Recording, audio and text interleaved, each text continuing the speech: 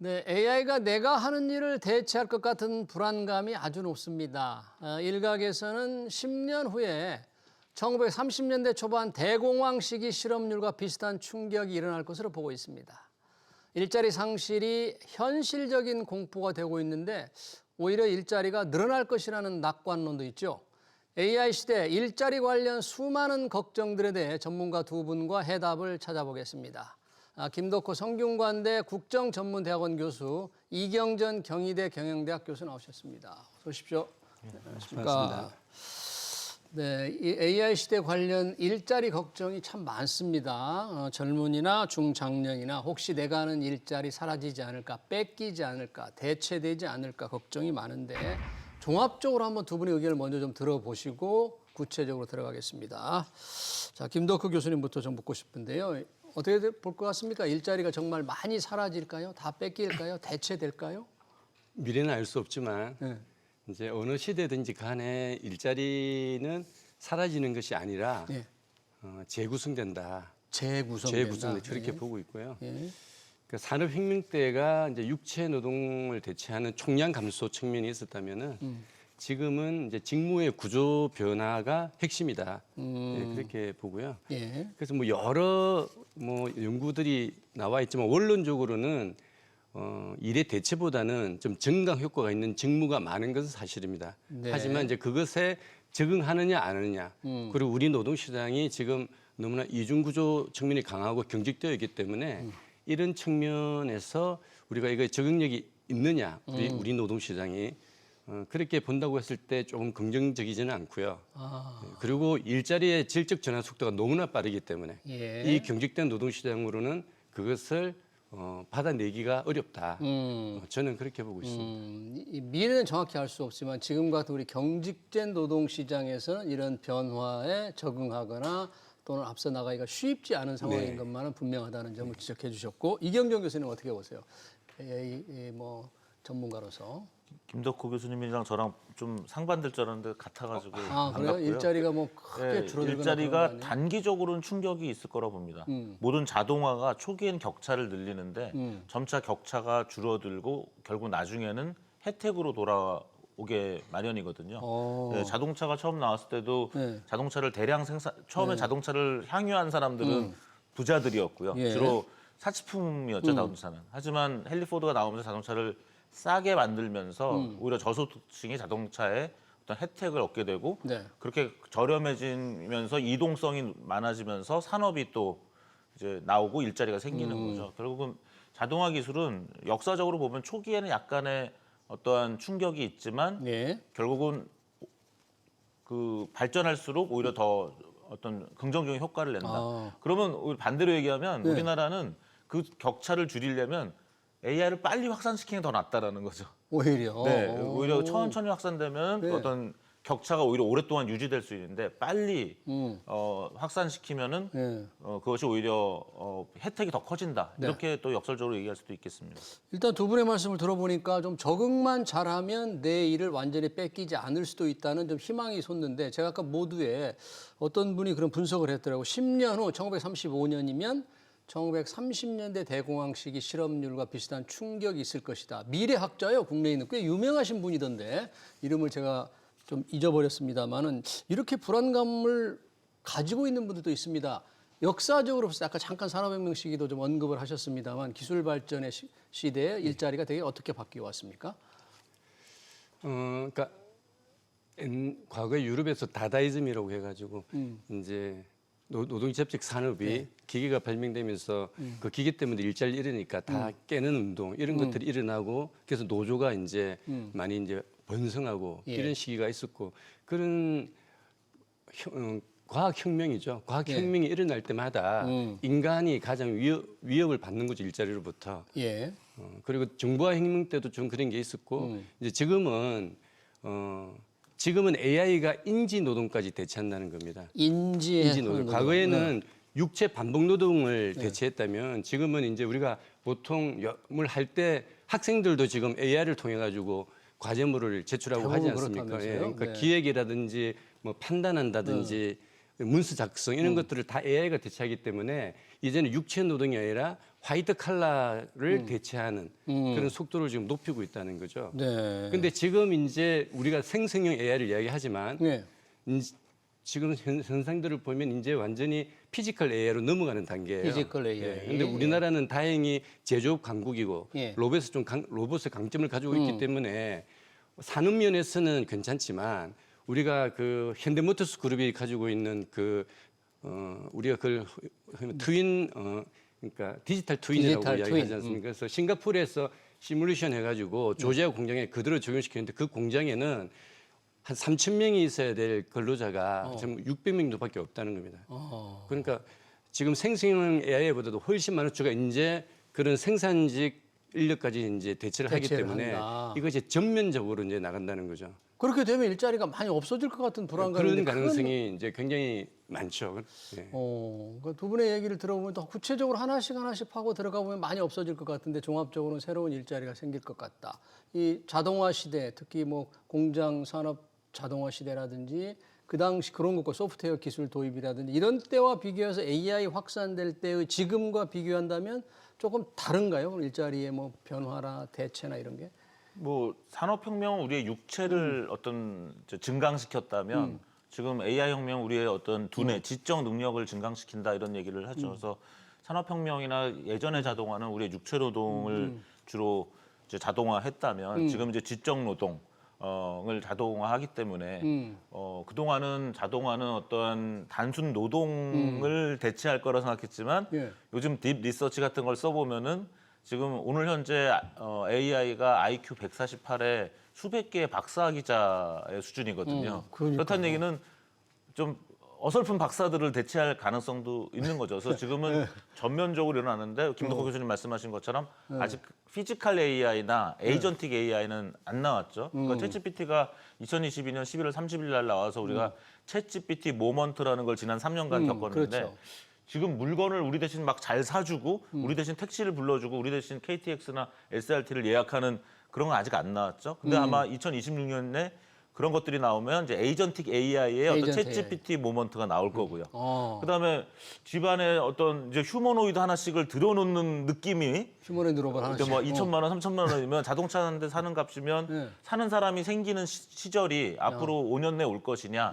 뭐 이때는 우리가 이제 어떤 휴머노이드의 챗GPT 모먼트가 올 텐데 이제 아마 내년쯤에는 이제 에이전틱 AI의 어떤 챗GPT 모먼트가 오는 것이고요. 에이전틱 AI. 그래서 지금은 PC나 스마트폰만 보고 하는 일이 전부다라는 분들은 조금 대체될 가능성이 있는 거죠. 왜냐하면 지금 스마트폰을 다 해석할 수가 있고 네. PC 화면을 다 해석할 수가 있기 때문에 그런 면에서는 그런 것들은 AI 에이전트가 되고 미국 같은 경우는 원격 근무가 많기 때문에 만약 3명이 일하던 대화방에서 한 명의 AI가 슬쩍 들어가는 겁니다. 그러면 내가 이런 것 좀 해줘. 그러면 어차피 대화방에 3명 있다가 4명이 되는데 누군가 한 명 해줘야 되는데 사람이 자고 있거나 만약 쉬고 있으면 AI가 해주는 거죠. 계속 한다 이거지. 그러면 모든 대화방에 이제 AI가 투입되어 있고 IT나 AI 부서는 그 AI가 각 방에서 지금 일을 잘하는지를 보는 HR 부서로 변화된다는 거죠. A가 일을 대신하고 네, 그리고 관리 평가하는 거. 그동안 화이트 칼라들은 주로 문서 작업을 했는데 예. 공장에 요즘 가보면 이제 근육 노동을 거의 안 하고 주로 빨간 버튼, 파란 버튼만 누릅니다. 그냥 모니터만 하고 있죠. 예. 그러면 이제 화이트 칼라의 일도 그렇게 바뀐다는 겁니다. 네. 막 타이핑을 막 하는 사람들은 2, 3년 후에는 별로 없을 것이다. 지금도 많이 줄었죠 벌써. 네. 이제 문서를 거의 AI가 만들어주고 있고 우리는 그냥 화이트 칼라도 빨간 버튼, 파란 버튼만 누르는 그런 형태로 이제 바뀌는 것인데 중요한 건 그러면 내일 없어지지 않냐. 그게 아니라 가격이 확 떨어지기 때문에 그동안 우리가 상상할 수 없었던 일을 할 수 있게 된다는 것입니다. 예를 들면 제가 책을 하나 냈는데 지금은 태국어판, 뭐 대만어판, 말레이아어판 낼 수가 없죠. 그렇죠. 하지만 이제는 제가 책을 냈으면 수백 개의 언어로 만들어 번역될 수 버리니까. 있기 때문에 그걸 또 유통하거나 그걸 전달하는 직종들이 또 생길 새로운 일이 것입니다. 생긴다, 이거죠. 그러니까 그동안 우리가 불가능했던 것이 가능해지고 그다음에 또 인간의 욕망이 커지죠. 네. 지금까지는 뭐 알약 하나만 먹으면 하루 종일 배 안 고픈 그런 약이 있으면 좋겠어 했는데 못 만들었는데 점점 우리가 그동안 불가능했던 것을 가능하게 하는 그런 AI 리서치와 인간이 협력하는 스타트업이 생기고 그 스타트업은 성공하는 순간 대박을 벌고 예. 회사를 해체할 수도 있죠. 그럼 다시 또 모이면 고급 인력을 또 같이 모으려면 또 줘야 되고 성공하면 또 하고 실패하면 흩어지고 약간 이런 형태로 우리의 경계를 넓히는 그런 기업들이 또 많아질 거라고 생각하고 있습니다. 그러네요. 그러니까 새로운 가능성, 새로운 기회가 많이 생길 수 있다. 실제로 상당 부분 이제 일에 이 대체 비슷하게 많은 일을 AI가 대신하는 것 같지만 새로운 게 생길 수 있다 그러는데 화이트 칼라 얘기를 해주셨습니다만 주요 일부 전문 직종에서도 지금 AI가 많이 활용되잖아요. 그 중에서 전문직이 여러 가지가 있을 텐데 이 AI에 의해서 조금 대체가 좀 빨리 되는 직종이 또 있을 텐데 어떤 게 좀 대체가 빨리 되고 어떤 게 조금 그래도 여전히 인간이 계속 고수할 수 있는 그런 직업의 차이가 좀 있을 것 같아요. 어떻습니까? 가만 보시면 아까 제가 노동시장 이중구조 말씀드렸는데 1차 노동시장 소위 말하는 그 아주 AI 노출도 높지만은 또 AI를 잘 활용하는 사람들 이런 사람들이 보통 1차 노동시장에 존재하고 있죠. 그게 우리가 저 같은 교수들도 그럴 것이고 대기업 고위 임원이라든지 또 의사 뭐 이런 분들도 뭐 피지컬 AI까지 다 활용해서 하는 분들이지 않습니까? 이런 사람들은 임금도 높아지고 아주 그 1차 노동시장이 공고해질 거라 생각해요. 근데 문제는 우리나라 대부분의 사람들이 2차 노동시장에 종사한다는 겁니다. 2차 노동시장이라면 뭘 말씀하시는 그러니까 중소기업이라든지 프리랜서, 특수고용직, 또 자영업자들 이런 시장이 한 85%를 차지하는 거예요. 네. 그러면 대표적으로 아까 말씀하신 것처럼 문서를 작성한다든지 단순히 회계를 한다든지 법률 지금 법무부분에 의수호들 그러니까 변호사 초년 변호사라고 그러죠. 의수호라고 그러는데 그 변호사들도 지금 안 쓴다는 거예요. AI가 그 일을 할 수 있기 때문에 자료조사 같은 거 전부 해버리니까. 그래서 과거에 이제 사실은 사무직들도 아웃소싱을 해왔는데 이것이 더 공고해지고 더군다나 그 2차 노동성에 있는 많은 분들 이런 분들은 그래서 이제 AI가 대체를 못한다 하더라도 임금은 그렇게 올라가지 못하고 그렇게 좀 고용이 불안정한 상태에서 일하지 않을까. 2차 노동시장이라고 합니까? 예, 그건 맞습니다. 1차와 2차를 좀 어떻게 구분한다고 그러죠? 그러니까 소위 말하는 대기업 정규직.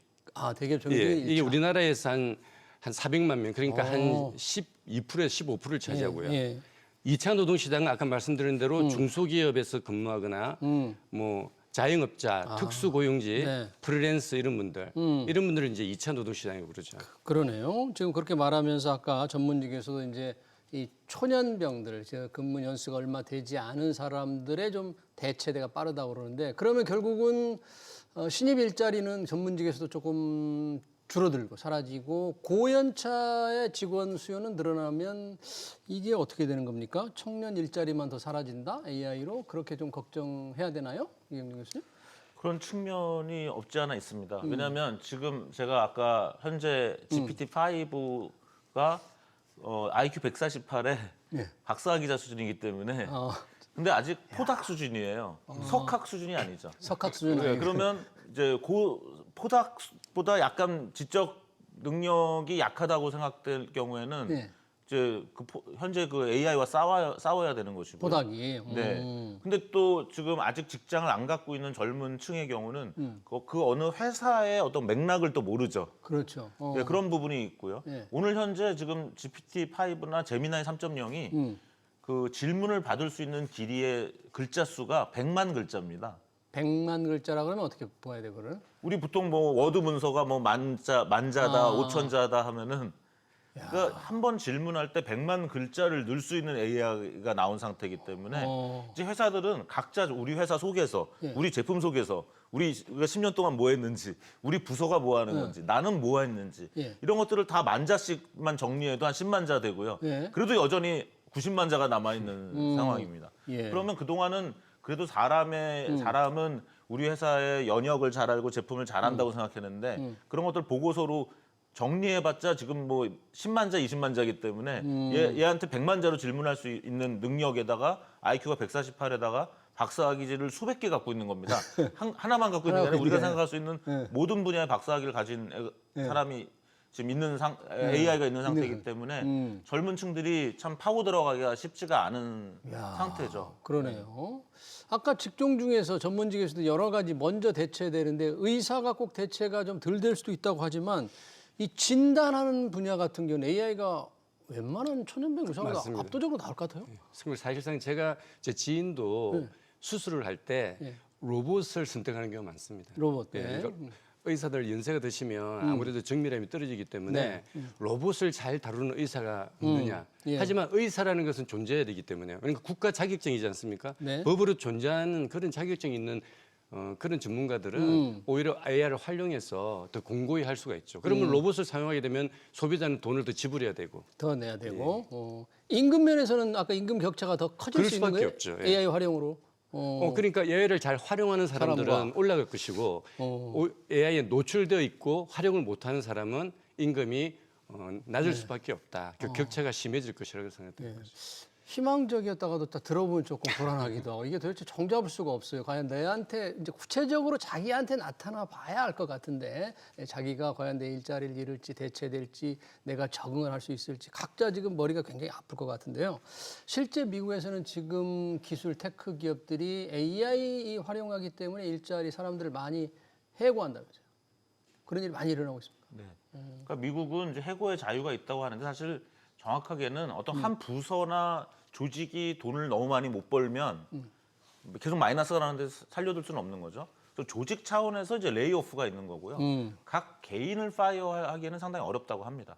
개인별로. 네, 근데 그 경우도 이제 절차를 지켜서 예. 가게 되는 것이고요. 예. 그래서 이제 미국에서는 지금 이제 마이너스가 너무 오랫동안 나는 부서 이런 것들을 이제 구조조정하는 형태가 성과를 되는 못 내면 그 네. 부서 자체를 다 없애버리거나. 그러니까 영국이나 미국도 대학이 보통 그 정년 없이 교수들이 평생 대학 교수를 할 수 있다고 알고 있지만 예.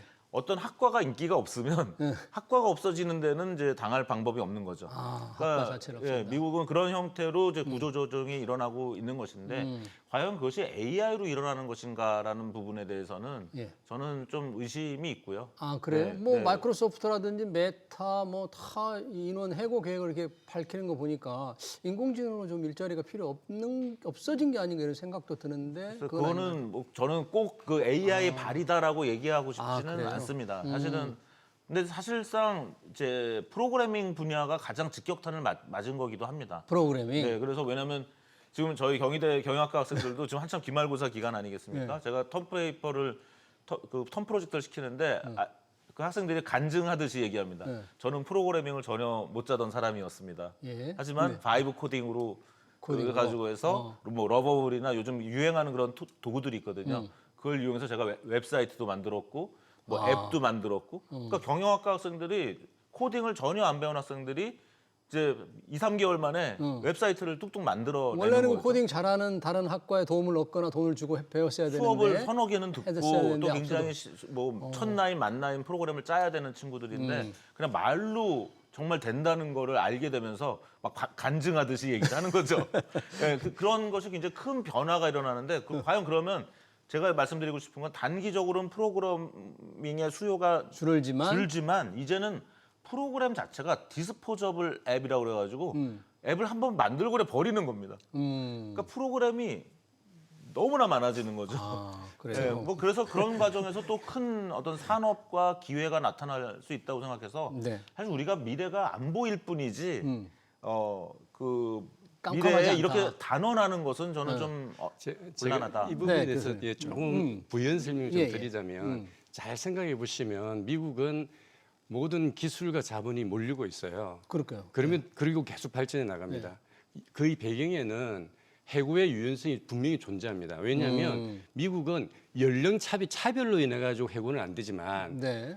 경영상 해고라든지 아니면 직무 태도가 부족해서 능력이 떨어지는 경우에는 언제든지 1시간 전에 해고가 가능합니다. 아, 1시간 이게, 전에요? 예, 우리하고 굉장히 큰 차이가 있는 거죠. 예. 우리는 근로기준법 23조에 해고 제한 규정이 있죠. 그렇죠. 정당한 사유가 있어야 됩니다. 그리고 그 정당한 사유 해석을 굉장히 좁게 하기 때문에 실질적으로 뭐 희망퇴직은 있을 수 있으나 네. 해고는 어려운 구조거든요. 그러면 미국은 해고했다가 또 AI를 충분히 활용하는 사람들을 또 뽑을 수가 있죠. 그래서 순환이 잘 되는 거죠, 인력이. 네, 네. 우리나라는 특히 기성세대가 그렇게 이 고용 안정성을 보장받는 반면에 예. 새로운 물이 이렇게 그러니까 예. 말하자면 직무 전환이 어렵다는 거예요. 직무의 전환. 예, 전환. 예. 예. 그래서 그게 중요할 것 같은데. 예. 네. 그래서 그런 부분에 대해서 그래서 당장은 이 노동의 경직성이 우리 근로자를 보호하지만 시간이 흐를수록 결국은 그 AI에 적응을 못하고 네.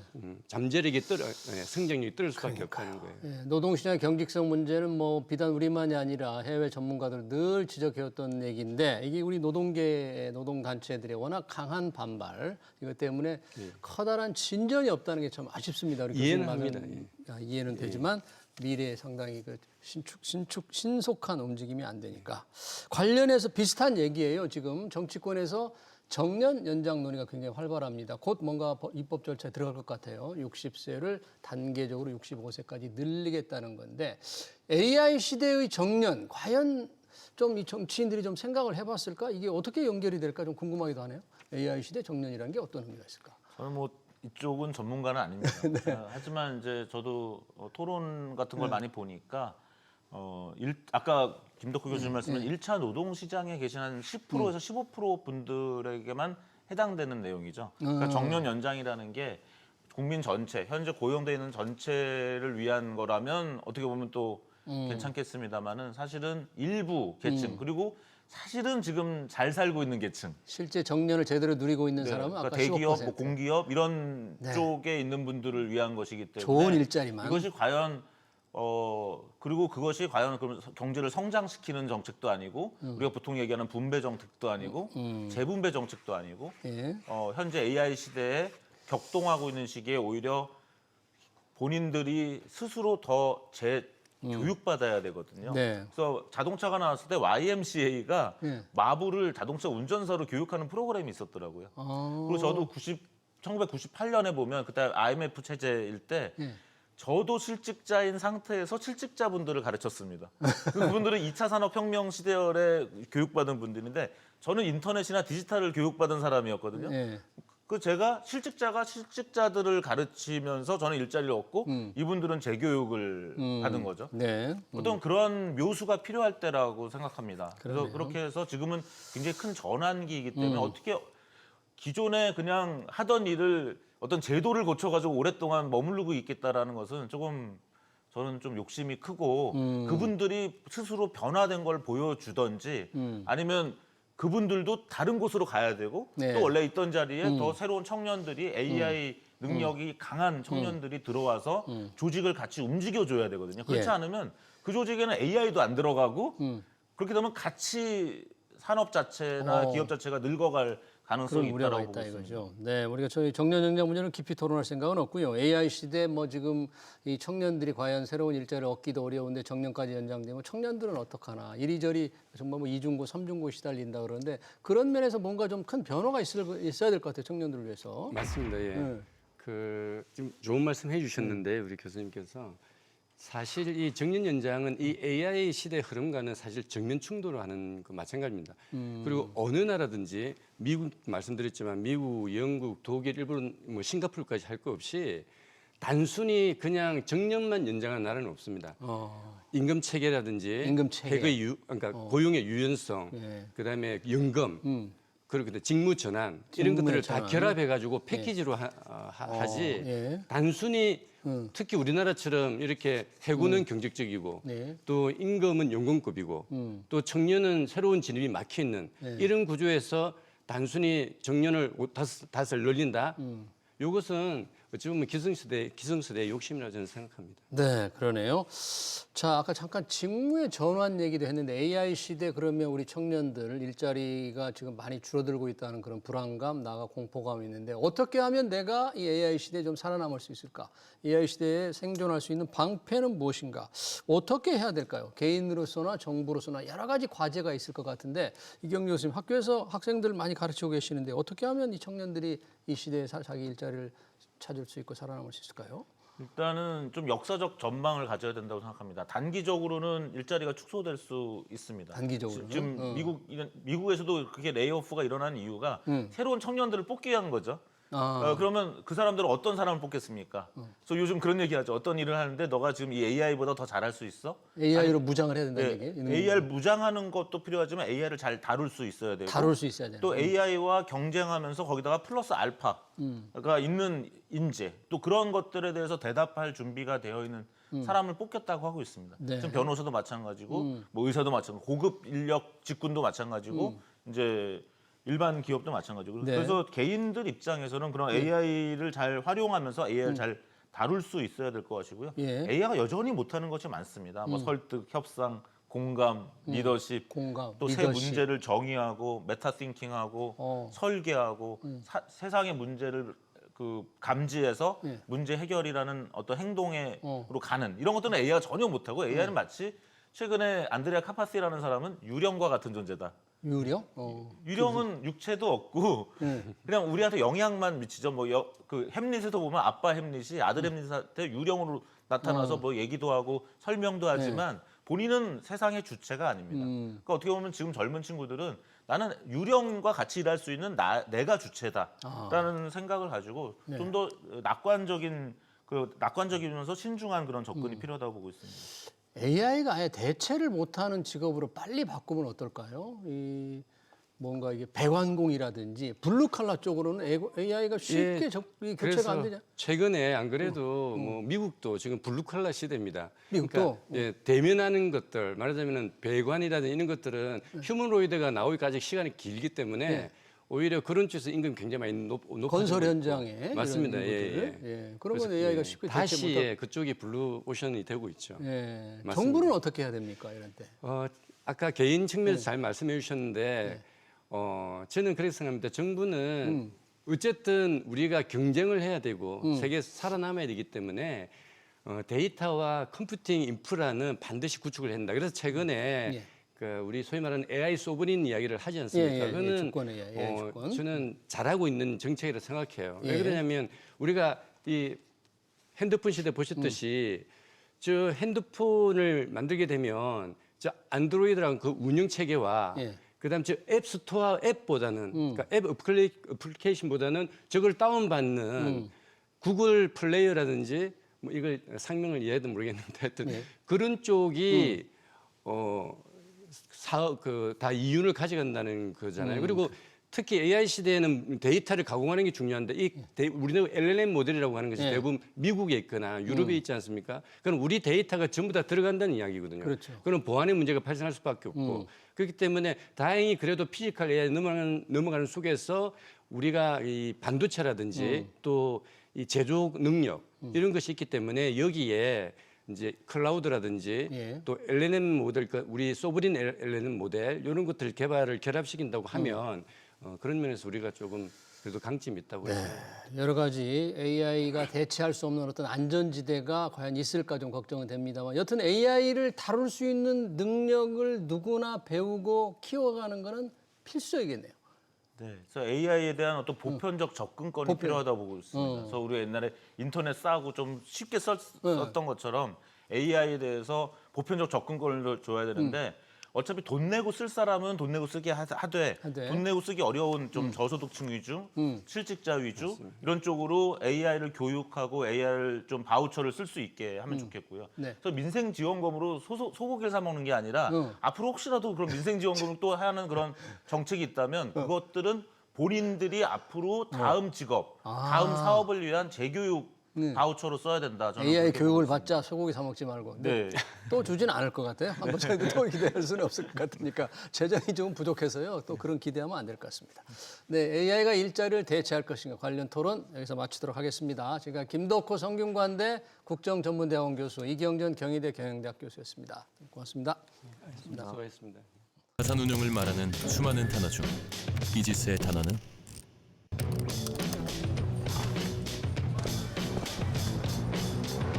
나간다,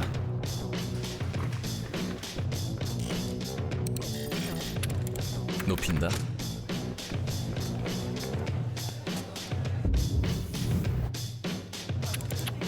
부딪힌다, 이거 충분히 검토가 됐을까요? 감사와 함께 모여주셨고요. 그래도 혹시 모르니까 리스크는 많이 없앤다, Just sounds like